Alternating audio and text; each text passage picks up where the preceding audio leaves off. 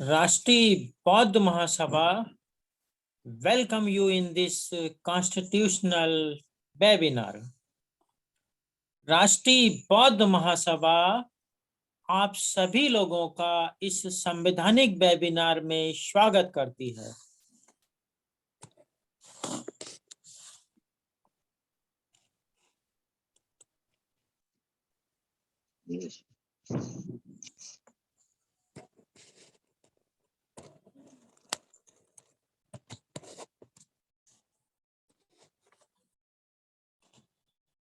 It is my declaration to citizens of India, ये भारत के नागरिकों के लिए हमारा घोषणा है और यह मैं प्रत्येक के वेबिनार में डिक्लेरेशन प्रस्तुत करता हूं, तो निश्चित रूप से इसके विषय में सभी लोग जानते हैं और जिन लोगों ने इसको नहीं देखा है, समझा है, वो इसको समझ सकते हैं, देख सकते हैं।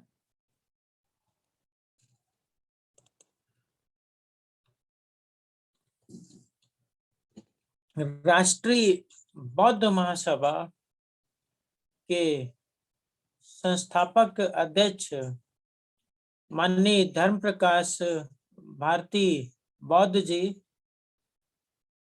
पूर्व एमएलसी, विधान परिषद, उत्तर प्रदेश सरकार,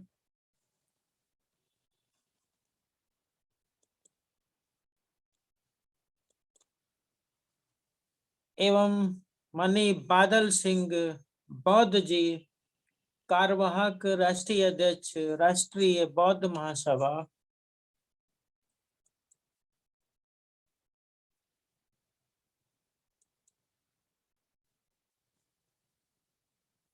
जैसा कि आप सभी लोगों को विदित है कि राष्ट्रीय बौद्ध महासभा के तत्वाधान में आज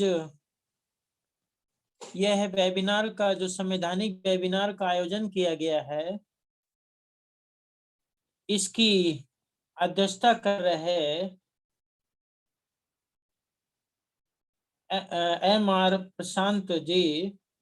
इससे पूर्व इंजीनियर रमेश चंद बनगोत्रा जी का नाम प्रस्तावित था और वर्तमान समय में माननीय जो है धर्म प्रकाश भारती जी संचालन कर रहे हैं, माननीय योगेश गौतम जी एवं अन्य राष्ट्रीय, प्रांतीय, जिला एवं क्षेत्रीय स्तर के राष्ट्रीय बौद्ध महासभा के समस्त पदाधिकारीगण, उपासक एवं उपासिकाओं,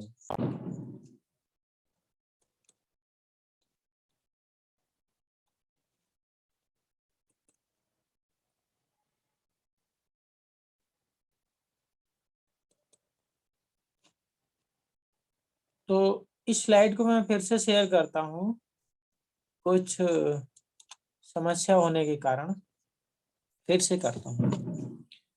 तो अभी जैसा कि हम सब जानते हैं कि भारत के संविधान के संदर्भ में राष्ट्रीय बौद्ध महासभा भारत के नागरिकों को विधिक जानकारियां प्रदान कर रही है, जिसकी वजह से भारत देश के अंदर भारत के नागरिकों में संविधान के प्रति जागरूकता समान रूप से देखी जा सकती है।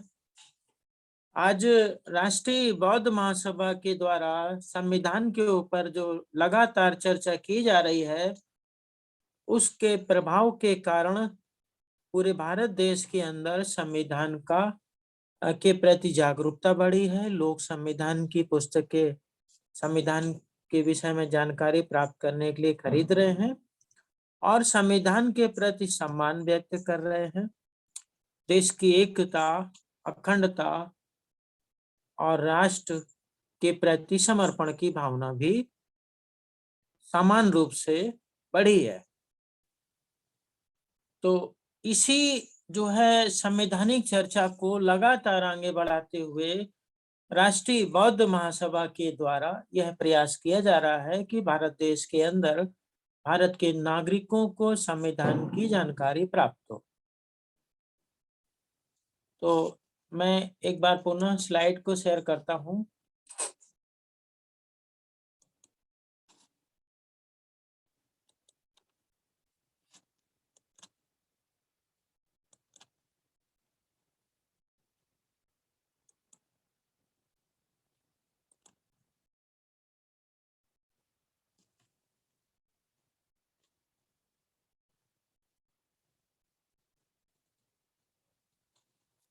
तो देखिए कि जो है भाग 5 द एग्जीक्यूटिव यानी कार्यपालिका से संबंधित अनुच्छेदों पर चर्चा हो रही है।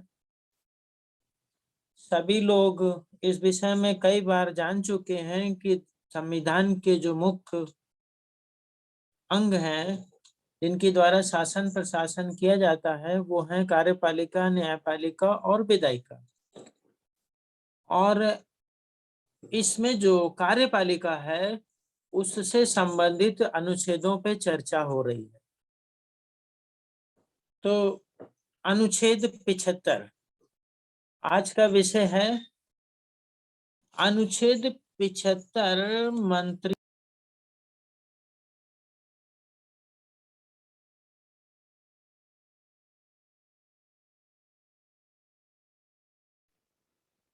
सर आवाज अनम्यूट हो गई सर आपकी। तो जो है मंत्रियों के बारे में आर्टिकल 75 है। अब मंत्रियों यानी उनका जो मंत्रिमंडल है उस संबंध में भी इस पे चर्चा की गई है। अनुच्छेद 75 1 के अंदर जिन बातों के ऊपर चर्चा की गई है उसमें नंबर 1 है कि प्रधानमंत्री की नियुक्ति राष्ट्रपति करेंगे। यानी कि जो प्रधानमंत्री होंगे उनका अपॉइंटमेंट कौन करेंगे? राष्ट्रपति करेंगे। एक संविधान के द्वारा यह बात कही गई है ताकि प्रधानमंत्री की नियुक्ति राष्ट्रपति के द्वारा की जाएगी और अन्य मंत्रियों की नियुक्ति राष्ट्रपति प्रधानमंत्री की सलाह पर करेंगे। तो देश के अंदर जो लोकसभा और राज्यसभा यानी संसद के चुनाव होते हैं, उन चुनावों के बाद जो प्रतिनिधि चुन करके संसद में पहुंचते हैं उसमें जो लोकसभा होती है तो लोकसभा के जो सांसद होते हैं वह बहुमत के द्वारा अपना लीडर चुनते हैं और बहुमत के आधार पे जिसे चुना जाता है वह प्रधानमंत्री के रूप में नॉमिनेट होता है और उसको प्रधानमंत्री की शपथ यानी कि नियुक्ति राष्ट्रपति कराएंगे। और फिर जब राष्ट्रपति के द्वारा प्रधानमंत्री नियुक्त हो जाते हैं तो 2 लोग हो गए, राष्ट्रपति हो गए और प्रधानमंत्री हो गए। फिर प्रधानमंत्री की सलाह से राष्ट्रपति अन्य मंत्रियों की नियुक्ति करेंगे।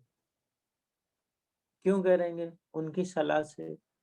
इसलिए क्योंकि उनको देश के अंदर एक ऐसी टीम बनानी है जिसकी सहायता से वह जो जनता के द्वारा उनको बहुमत प्रदान किया गया है और जो उनके ऊपर विश्वास किया गया है वह पूर्ण कर सके, संवैधानिक प्रावधानों के अनुसार देश का शासन प्रशासन चले।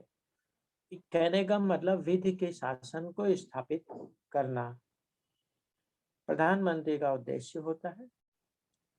तो प्रधानमंत्री को जब काम करना है तो वह अपनी टीम बनाने के लिए किस को राष्ट्र वो मंत्री बनाया जाए और किसको नहीं बनाया जाए, इस संबंध में वह सलाह देते हैं और उसके आधार पर जो है माननीय राष्ट्रपति उनकी सलाह के आधार पर मंत्रियों की नियुक्ति करते हैं।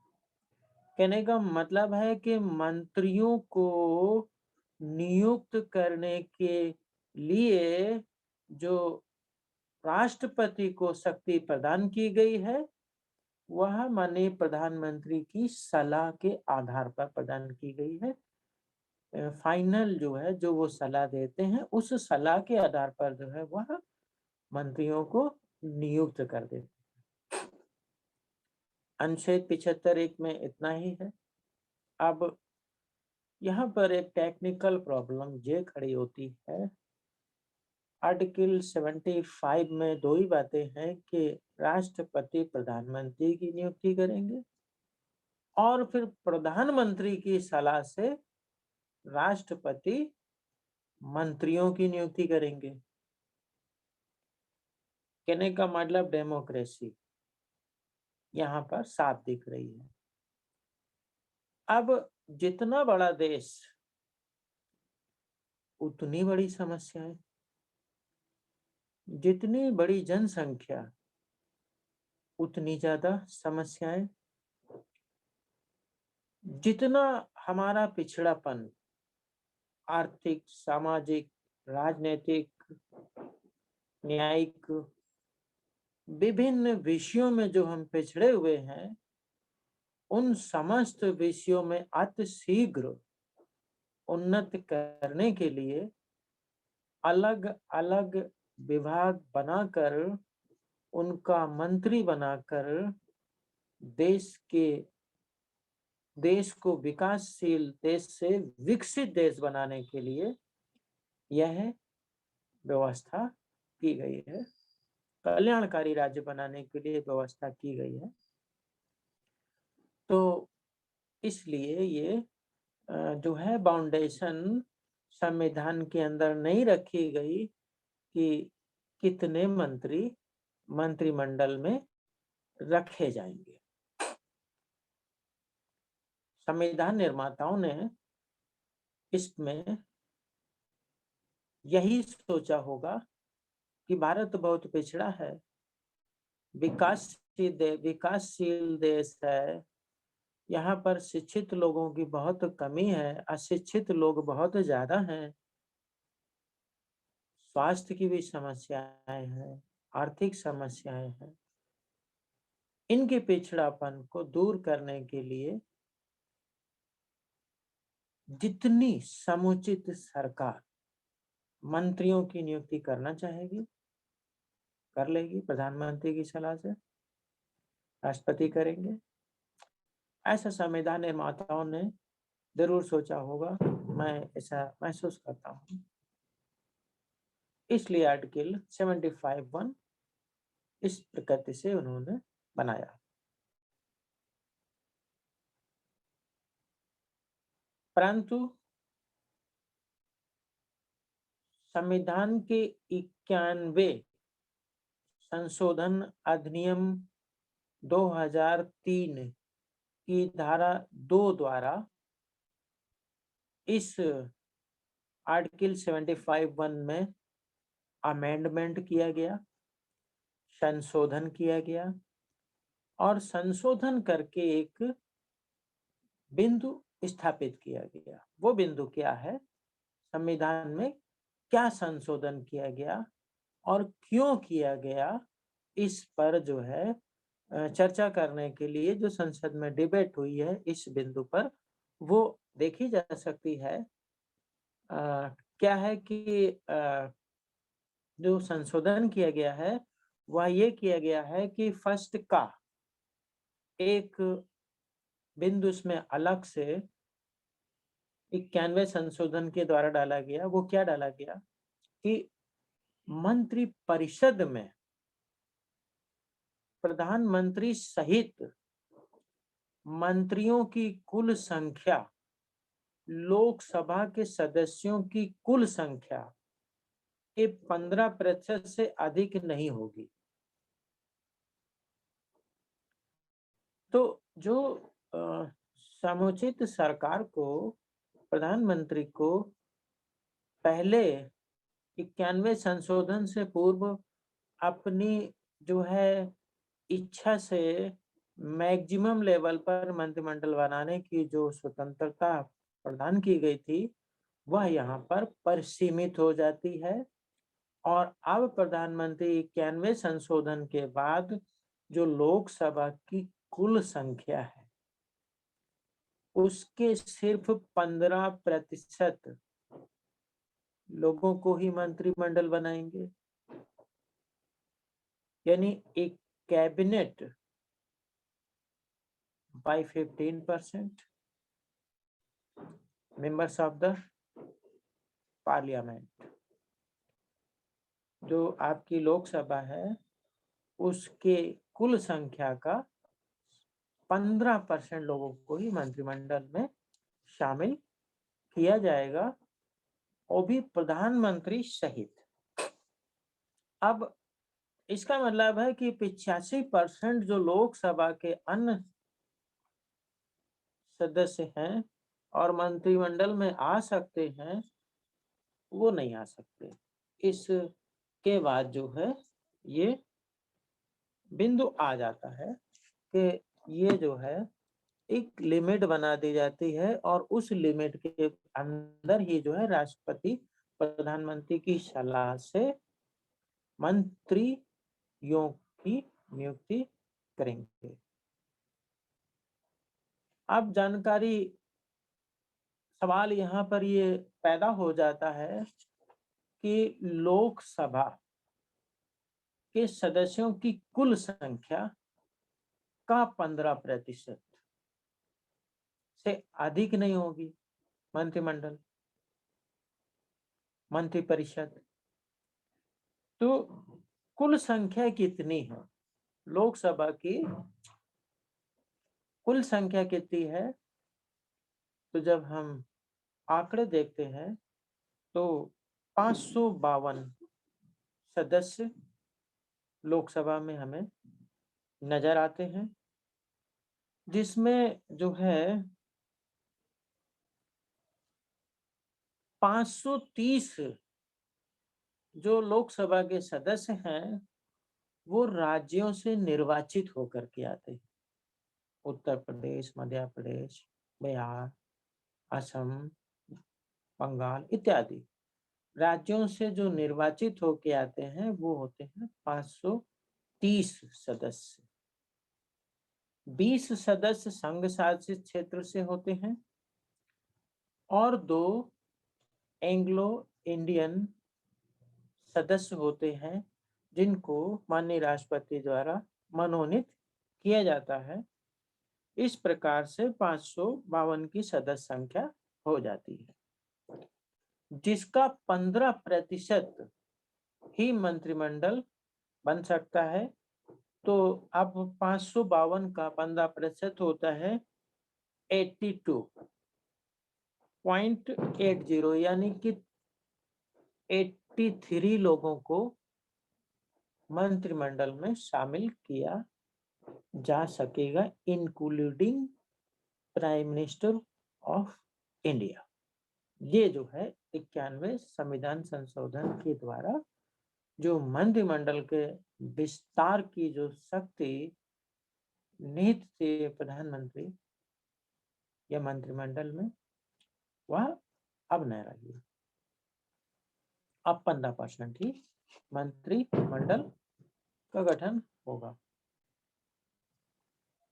इसी के साथ जो है आर्टिकल 75B 1B भी 91 संविधान संशोधन के द्वारा इंसर्ट किया गया। वो क्या किया गया भाई? आर्टिकल 75(1) के अंदर संशोधन किया गया है। तो आर्टिकल 75(1) के अंदर संशोधन करके का उन्होंने इंसर्ट किया, जिसमें लोकसभा की कुल संख्या का 15% ही मंत्री मंडल की नियुक्ति होगी। एक कंडीशन वहां पे है।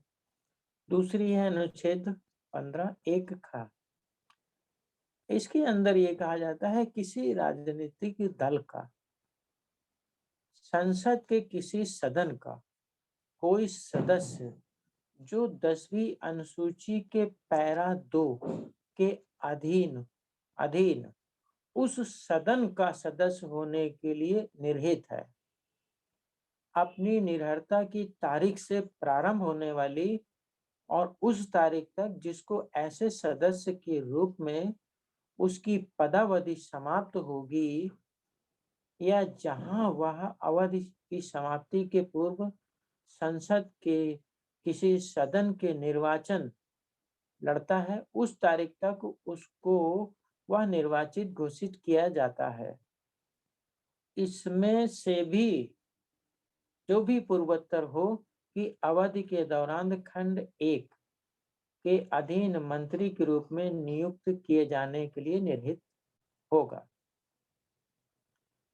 अब यहाँ पर ये जो मेंबर्स ऑफ द पार्लियामेंट होते हैं, उनकी जो इलेक्शन होता है, निर्वाचित होते हैं, उनकी नियुक्ति के और उनके कार्य के संबंध में, उनकी अवधि के संबंध में बताया गया कि जो है वह कितने जो है समय तक जो है नियुक्त होंगे। भाई उनकी वो तो इलेक्टेड है, पब्लिक ने इलेक्टेड कर दिया है उनको, तो निर्वाचित हो गए हैं, तो वह कितने समय तक निर्वाचित रहेंगे और ऐसी कौन कौन सी परिस्थितियां हैं जिनके कारण जो है वह अयोग्य हो सकते हैं। यानी यहाँ पर जो दूसरा अमेंडमेंट हो रहा है वह मेंबर्स ऑफ पार्लियामेंट की योग्यता और अयोग्यता दो बिंदुओं को निर्धारित करता है। किन परिस्थितियों में वो योग्य होंगे और किन किन परिस्थितियों में वह अयोग्य होंगे। कब वह अयोग्य हो जाएंगे तो उनकी जो है जो मेंबर्स ऑफ पार्लियामेंट हैं वह उस नहीं रह पाएंगे और कब वह रहेंगे। तो इसको भी जो है जो संविधान की अनुसूची है 10 उसके पैरा नंबर 2 के आधार पर निर्धारित किया गया है। अब जो है संविधान की जो अनुसूची है उसका पैरा नंबर 10 में क्या है, चलते हैं देखते हैं। तो उसके लिए गूगल का सहारा लेते हैं। 10वीं अनुसूची में साहब दल बदल कानून आ जाता है। हाँ, तो जो है अब मैं आपको उस चीज शेयर करता हूँ तो आपको क्लियर हो जाएगा। जी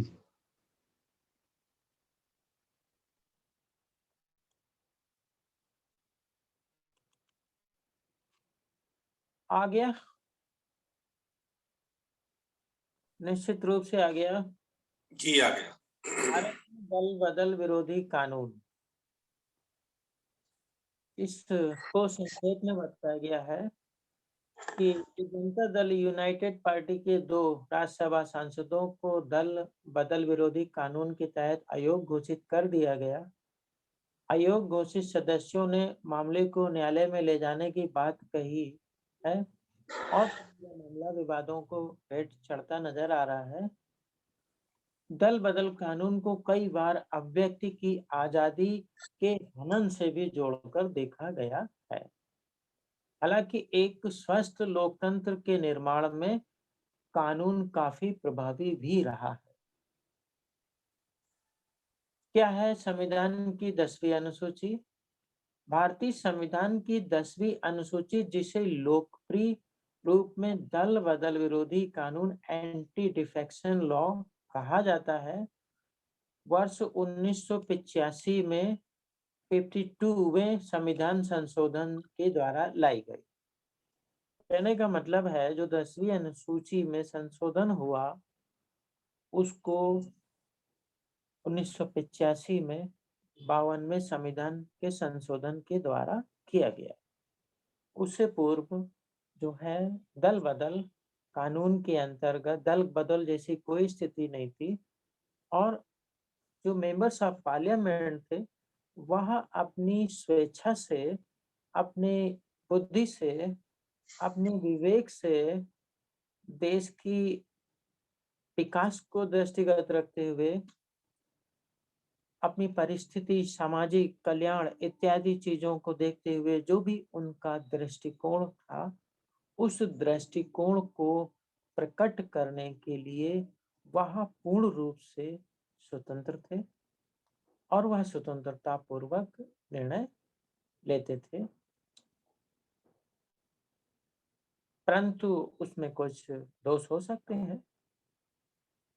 तो इन कारणों से जो है संविधान की अनुसूची 10 में 52वें संविधान संशोधन के द्वारा दल बदल के संबंध में कुछ विधियों का निर्माण किया गया। अब जो है 10वीं अनुसूची की जरूरत क्यों पड़ी? 10वीं जो अनुसूची की जरूरत इसलिए पड़ी क्योंकि भारतीय जो है परिप्रेक्ष्य में और पूरी दुनिया के अंदर जो है जो एक आम चीज नजर आती है, करप्शन इन पॉलिटिक्स। करप्शन की जो जड़ें हैं वह सभी जगह पर हैं, कहीं कम है कहीं ज्यादा है। इसकी जानकारी जो है प्रिंट मीडिया, इलेक्ट्रॉनिक मीडिया के माध्यम से नेशनल और इंटरनेशनल लेवल पर जनमानस को मिलती रहती है। तो लोकतांत्रिक प्रक्रिया में राजनीतिक दल सबसे अहम है और वे सामूहिक आधार पर फैसला लेते हैं। यहाँ पर जो बिंदु है उसमें लिखा हुआ है कि लोकतांत्रिक प्रक्रिया में राजनीतिक दल सबसे अहम है और वे सामूहिक आधार पर फैसला लेते हैं। लेकिन आजादी के कुछ वर्षों के बाद ही दलों को मिलने एवं सामूहिक जनादेश की अनदेखी की जाने लगी। विधायकों और सांसदों के जोड़ तोड़ से सरकारें बनने और गिरने लगी। 1960 और 70 के दशक में आया राम गया राम की अवधारणा प्रचलित हुई।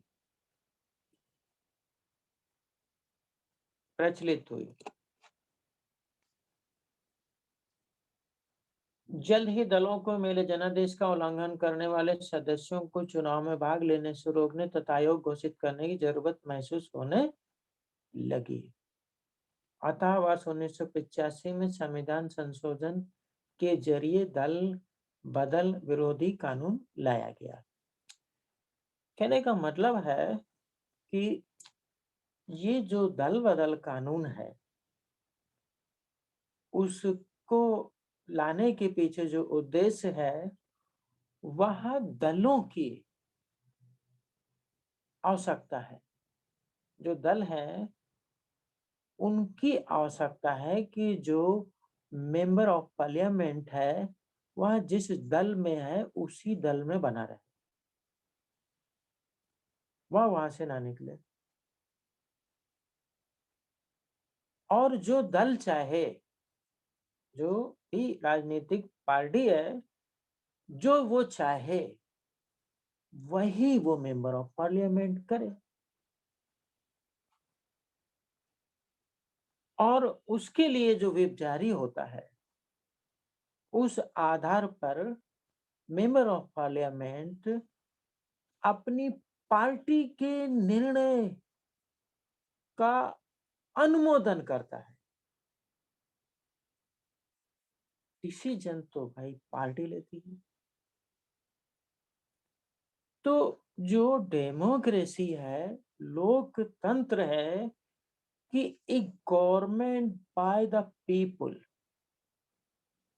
Of the people and for the people, वह कॉन्सेप्ट तो ये आ जाने से खत्म होता नजर आ रहा है।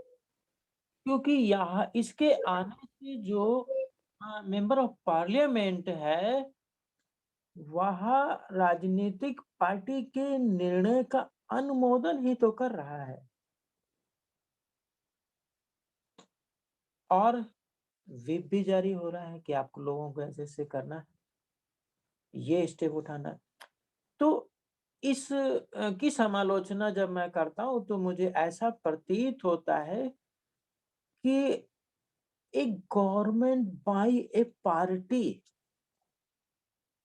ए government by A party, A government for the party and A government of the party. Party के द्वारा बनी हुई सरकार, पार्टी के लोगों के लिए बनी हुई सरकार और पार्टी के द्वारा बनी हुई लोगों की सरकार का कॉन्सेप्ट भी की अवधारणा इसके आने से डेवलप होती है।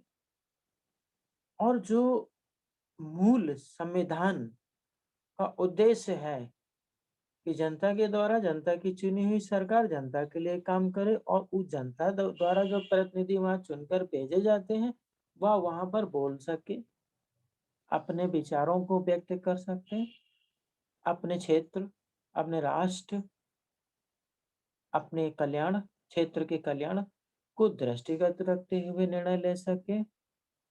परंतु यहाँ पर जो ये दल बदल कानून की अवधारणा है जिसमें पार्टी को महत्व दिया गया है, जिसकी वजह से जो है जो डेमोक्रेसी पर कुछ हद तक अंकुश लगता हुआ दिखता है, मुझे ऐसा प्रतीत होता है।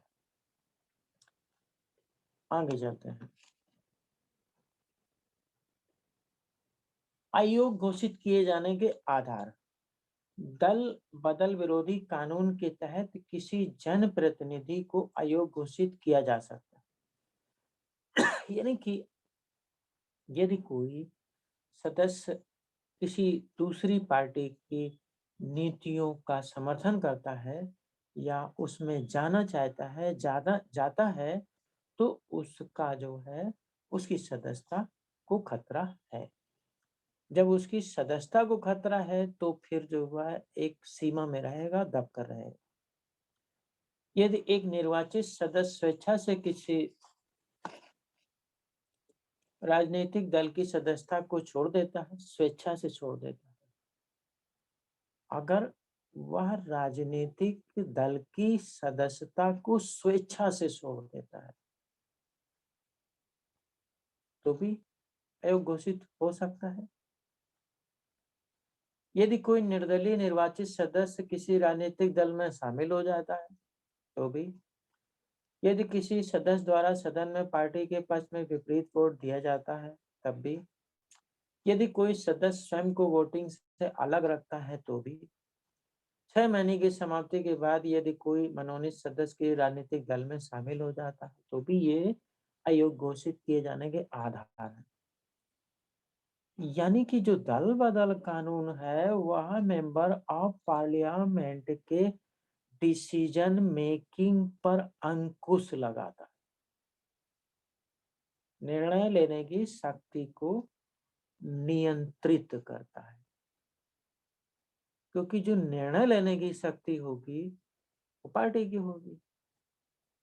इस तरीके से जो लोकतंत्र है वह पार्टी के हाथ में चला जाएगा और पार्टी का मुखिया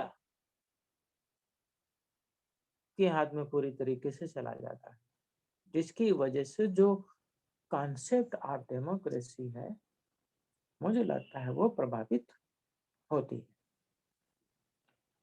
इस तरीके से ये जो आपका दल बदल कानून है ये दल बदल को रोकने में कितना सक्सेस हुआ आप देखिए उत्तर प्रदेश में कई मामले ऐसे आए और जो है मायावती की सरकार बनी, तो जो दल बदल कानून की एक अलग व्याख्या नजर आई कि जो एक एवरेज इतने परसेंट लोग टूटेंगे तो जो है उनको दल नए दल के रूप में मान्यता दी जाएगी, परंतु ऐसा नहीं हुआ, कुछ कुछ लोग टूटे।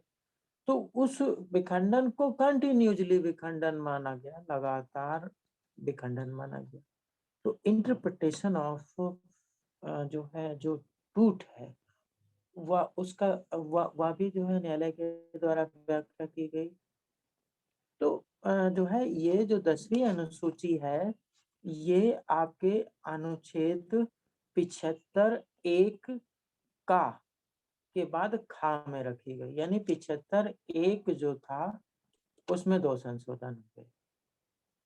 इन दोनों संशोधन को मैंने अपने समालोचनात्मक तरीके से अपनी बुद्धि विवेक से बताने का प्रयास किया है। और अब हम लोग फिर वहीं चलते हैं।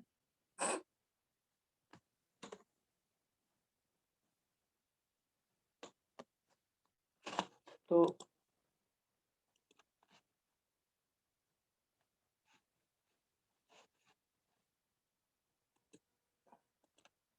स्क्रीन को मैं फिर से शेयर करता हूं।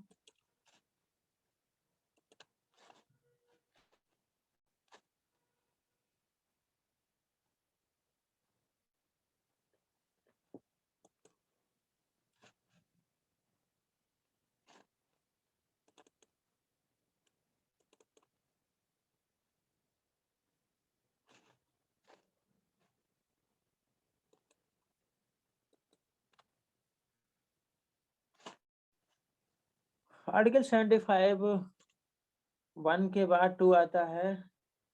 2 में सिंपल सी बात कही कि मंत्री राष्ट्रपति के प्रसाद पर्यंत अपने पद धारण करेंगे, यानी ये भी फिक्स नहीं है। इनकी भी सर्टिनिटी नहीं है कि आप मंत्री बन गए तो मंत्री बना ही रहोगे। ये पद भी प्रसाद पर्यंत है। प्रसाद पर्यंत का मतलब है कि जब तक राष्ट्रपति आपको नियुक्त कर रहे हैं, जब तक राष्ट्रपति चाहेंगे, प्रसाद पर्यंत है। मंत्रिपरिषद लोकसभा के प्रति सामूहिक रूप से उत्तरदायी होगी। अब जो मंत्रिपरिषद है वह पूरी तरीके से लोकसभा के प्रति उत्तरदायी होगी। लोकसभा क्या है? 552 लोगों की जो है जो लोकसभा है उसमें आप समस्त के प्रति जो है ये मंत्रिपरिषद उत्तरदायी होगी, यानी it is accountable for the Lok Sabha. ये जो है पार्लियामेंट के अंदर जो लोकसभा है उसके प्रति जवाबदेह होगी, यानी कि मंत्री परिषद जो भी करेगी जैसे भी करेगी, ये मंत्रिमंडल जो बना हुआ है वो लोकसभा के प्रति जवाबदेह होगी। जब सदन चलेगा तो कोई भी व्यक्ति उसके द्वारा किए गए कार्य के विषय में पूछ सकता है, ये क्यों किया, ये कैसे किया, ये क्या हो रहा है, ऐसा क्यों किया, या ये होना चाहिए या वो होना चाहिए। ये जो मंत्रिपरिषद है यह है लोकसभा के प्रति जवाबदेह होगी। मंत्रिपरिषद को लोकसभा को जवाब देना होगा। ये जो है आपका आर्टिकल 75(3) जो है बहुत ही महत्वपूर्ण है, और ये जो है मंत्रिपरिषद को अकाउंटेबल बनाता है। अगर इस आर्टिकल को हटा दिया जाए तब क्या होगा? कल्पना कीजिए कि इस आर्टिकल को संशोधित करके समाप्त कर दिया जाए तब क्या होगा? तो ये होगा कि फिर मंत्री परिषद को लोकसभा में जवाब देने की जरूरत नहीं पड़ेगी। फिर विपक्ष ये नहीं पूछ सकता कैसे किया, क्यों किया। फिर वो जो चाहेगी वो करेगी। इसलिए मंत्रिपरिषद को संविधान निर्माताओं ने लोकसभा के प्रति जवाबदेह बनाया है। और लोकसभा क्या है? जनता के द्वारा चुने प्रतिनिधियों का जो है एक समूह है। इस तरीके से जनता के प्रति जवाबदेह बनाया गया है अप्रत्यक्ष रूप से। नेक्स्ट, किसी मंत्री द्वारा अपना पद ग्रहण करने से पहले राष्ट्रपति तीसरी अनुसूची में इस प्रयोजन के लिए दिए गए प्रारूपों के अनुसार उसको पद की और गोपनीयता की शपथ दिलाएंगे। तो ये राष्ट्रपति के द्वारा जो है तीसरी अनुसूची में जो फॉर्मेट दिया है उसके अनुसार जो है उसको उसके पद की और गोपनीयता की शपथ दिलाएंगे। ये जो है शपथ ग्रहण का मामला है।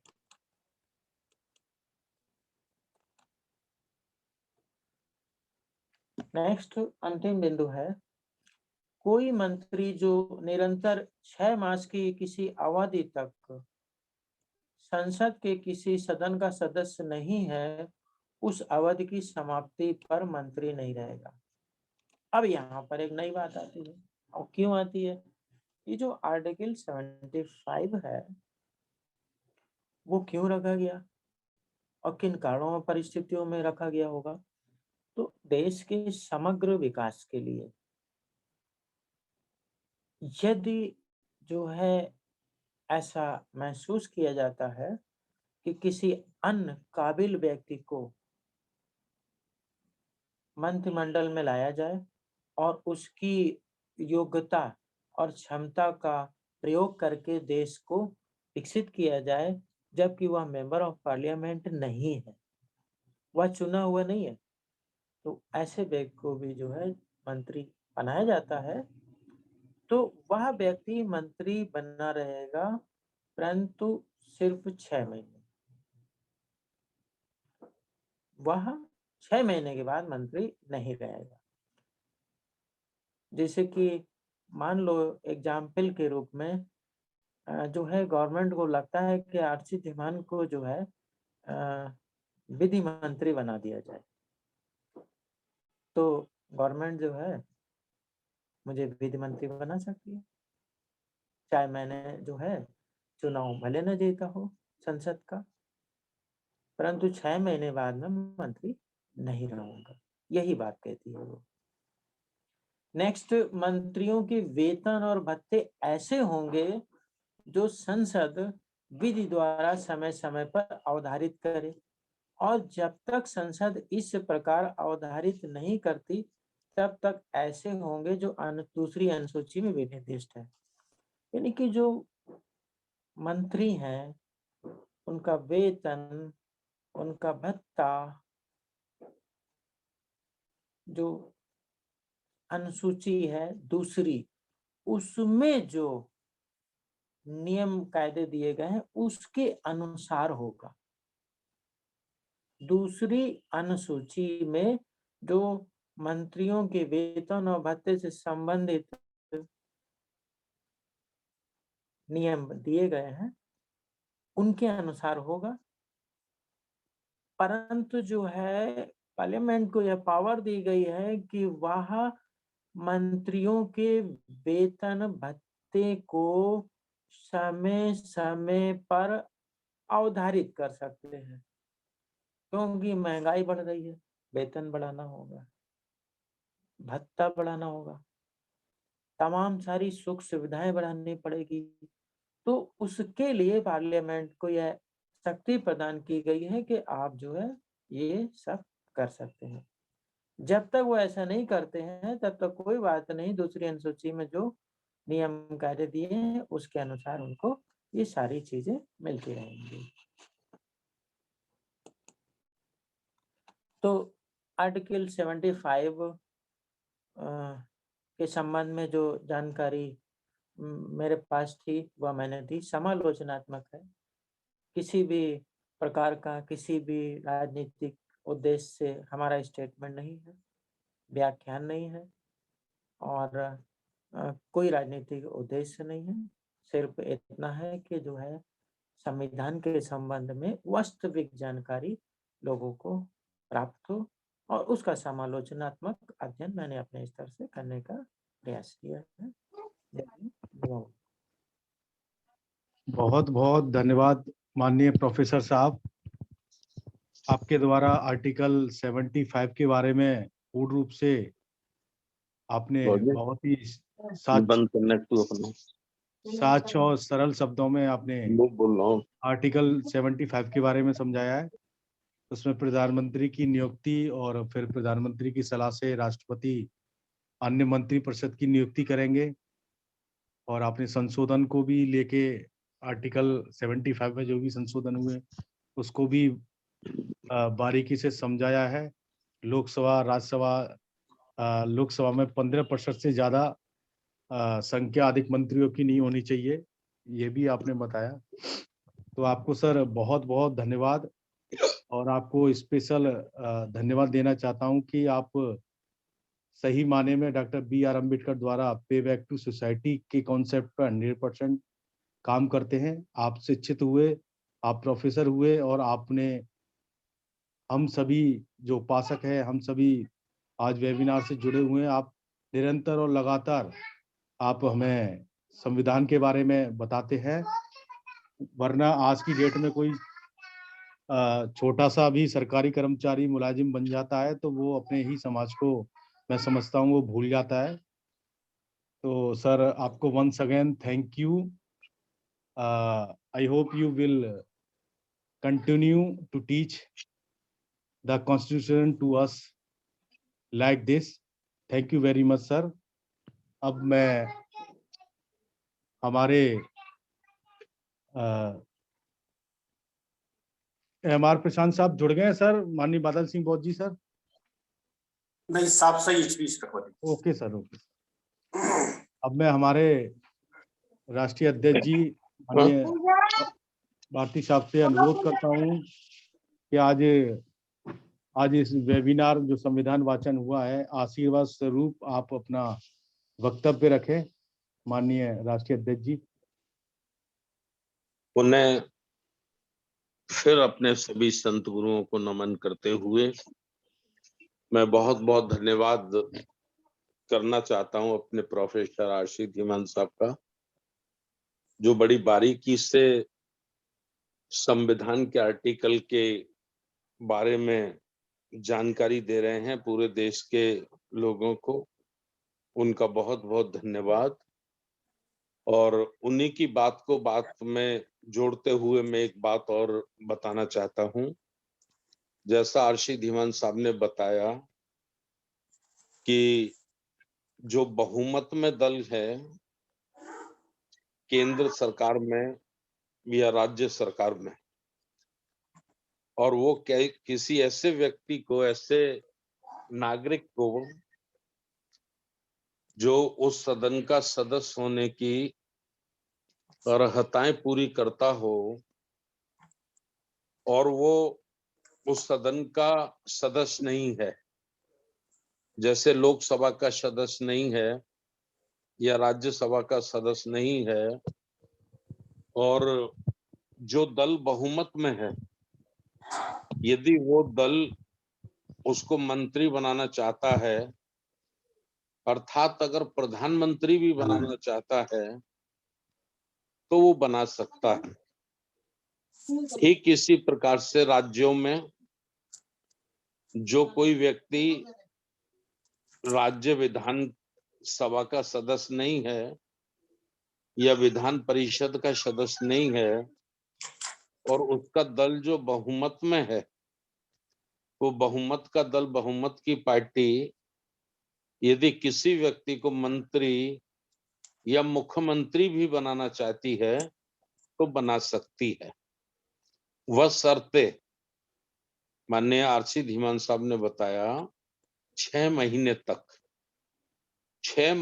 तक वो मंत्री भी रह सकता है, मुख्यमंत्री भी रह सकता है, प्रधानमंत्री भी रह सकता है, या सेंटर में मंत्री भी रह सकता है, लेकिन 6 महीने के अंदर अंदर अगर केंद्र की सरकार है तो उसको लोकसभा का सदस्य, यदि लोकसभा का सदस्य वो निर्वाचित नहीं होता है तो फिर उसको राज्यसभा का सदस्य निर्वाचित होना अनिवार्य है। यदि वो लोकसभा का और राज्यसभा में से किसी भी सदन का सदस्य 6 महीने के अंदर निर्वाचित नहीं होता है तो फिर वह 6 महीने से अधिक मंत्री या अन्य किसी मंत्री पद पे नहीं रह सकता। ठीक यही व्यवस्था राज्यों में है। राज्य में किसी को मुख्यमंत्री बनाया जाता है या मंत्री बनाया जाता है, जैसे उत्तर प्रदेश का मैं उदाहरण आपको दे दूं कि उत्तर प्रदेश में जब योगी को मुख्यमंत्री बनाया गया तो योगी जी ना विधानसभा के सदस्य थे और ना ही वह विधान परिषद के सदस्य थे। तो उनको 6 महीने के अंदर विधानसभा का सदस्य या विधान परिषद का सदस्य निर्वाचित होना अत्यंत आवश्यक है।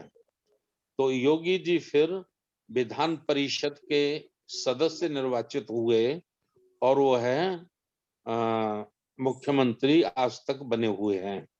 तो इसमें विशेषता जो आरसी धीमान साहब ने बताई कि आवश्यकता अनुसार किसी भी नागरिक को जो उस सदन के लिए निर्वाचित होने की अर्हताएं पूरी करता हो, उस व्यक्ति को सेंटर में या राज्य में मंत्री, मुख्यमंत्री, प्रधानमंत्री बनाया जा सकता है। वह शर्त 6 महीने के अंदर उसे किसी न किसी सदन से निर्वाचित होके आना होगा। यदि वो नहीं आ सका तो फिर वो आगे मंत्री या प्रधानमंत्री या मुख्यमंत्री नहीं रह सकता है। ये संविधान की व्यवस्था है। तो बहुत अच्छी जानकारी माननीय प्रोफेसर आरसी धीमान साहब ने आज संविधान के बारे में दी और जैसा राष्ट्रपति जी के बारे में उन्होंने बताया कि प्रधानमंत्री को मनोनीत राष्ट्रपति करते हैं और उसके बाद फिर प्रधानमंत्री अपना मंत्रिमंडल बनाते हैं और वो प्रधानमंत्री जी की सलाह पर मंत्रियों को शपथ दिलाते हैं। यही ठीक व्यवस्था राज्यों में है। राज्य में मुख्यमंत्री को शपथ दिलाते हैं, नॉमिनेट करते हैं राज्यपाल और फिर मुख्यमंत्री की सलाह पर राज्यपाल अन्य मंत्रियों को नॉमिनेट करते हैं, अर्थात उन्हें शपथ दिलाते हैं। तो बहुत बहुत अच्छी जानकारी माननीय आरसी धीमान साहब राष्ट्रीय बौद्ध महासभा के माध्यम से, जूम वेबिनार के माध्यम से देश के समक्ष रख रहे हैं और लोगों में बड़ी तेजी से संविधान के प्रति रुचि बढ़ रही है। संविधान को समझने की और जानने की एक चाहत उनके मन में बढ़ रही है। तो इसके लिए मैं बहुत बहुत धन्यवाद उन सभी साथियों का भी करना चाहता हूं जो प्रत्येक सोमवार को संविधान वाचन कार्यक्रम में जुड़ते हैं और अपने आरसी धीमान साहब का मैं बहुत बहुत साधुवाद, उनका आभार व्यक्त करना चाहता हूं। बहुत बहुत धन्यवाद। नमो बुद्धाय। जय भीम। बहुत बहुत धन्यवाद माननीय राष्ट्रीय अध्यक्ष जी। अब मैं कार्यक्रम को समापन की ओर ले जा रहा हूं और सभी साथियों से अनुरोध करता हूं। योगेश जी, जी सर। आज हमारे इस वेबिनार में गाजियाबाद से बोधी रमन राहुल जी अपने साथियों के साथ जुड़े हुए हैं और वो बौद्ध साहित्य के अच्छे जानकार हैं। आगे हम माननीय अध्यक्ष जी से अनुरोध करेंगे कि उनका भी हम एक कार्यक्रम सेट करेंगे 8-7 दिन में से। वो अच्छे जानकार हैं प्राचीन बौद्ध साहित्य से संबंधित, जी के साथ जुड़े हुए हैं। जी बिल्कुल बिल्कुल बिल्कुल उनके ज्ञान का उपयोग कीजिए। बहुत अच्छे सरल वाक्यों में बताते हैं। जी सर। जी संचालक जी आगे बढ़ा। जी धन्यवाद सर। अब मैं कार्यक्रम को समापन की ओर ले जाता हूं। सभी साथियों से अनुरोध करता हूं कि वो अपने हाथ जोड़कर सभ्य सत्ता के लिए तैयार रहें।